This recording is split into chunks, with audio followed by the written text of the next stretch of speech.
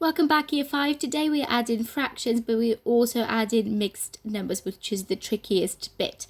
So here we have got 2 and 2/3, adding 3 and 1/6.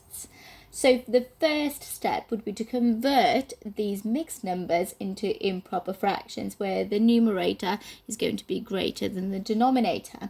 So I'm going to have to multiply my whole here by the denominators. I've got 2 times 3, which is 6, and adding the 2 is 8/3.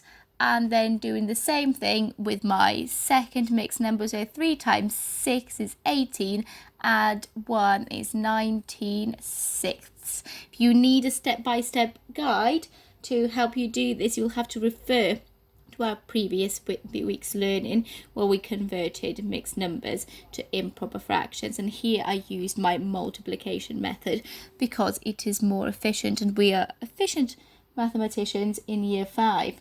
Now my next step is to use or find the lowest common denominator to convert so that both denominators are the same.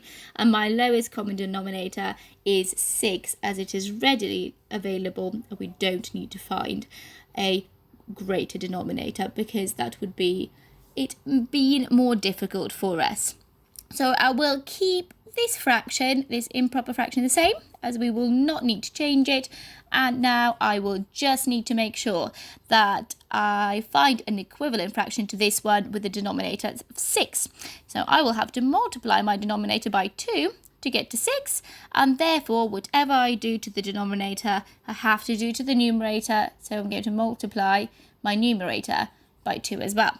So that will give me 16 out of 6, or 16/6.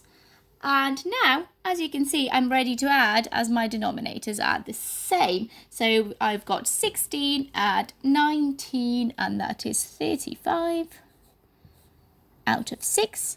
As you can tell, it is definitely an improper fraction, as the numerator is far greater than the denominator. And my step 3 is to convert this improper fraction back to a mixed number. And again, if you can't quite remember how to do this, you are going to have to go back to our previous week's learning. I'm going to use the division method because it is far more efficient. So I'm asking myself, how many times does 6 fit inside the 35? Therefore 35 divided by 6, and I know that is 5 times, with the remainder of 5 out of 6. And that is because 5 times 6 is 30, but then the difference between 35 and 30 is 5. And then I make sure I express that as a fraction. So there you go, Year 5. Now you can continue to proceed to your PowerPoint below with all of your learning for today.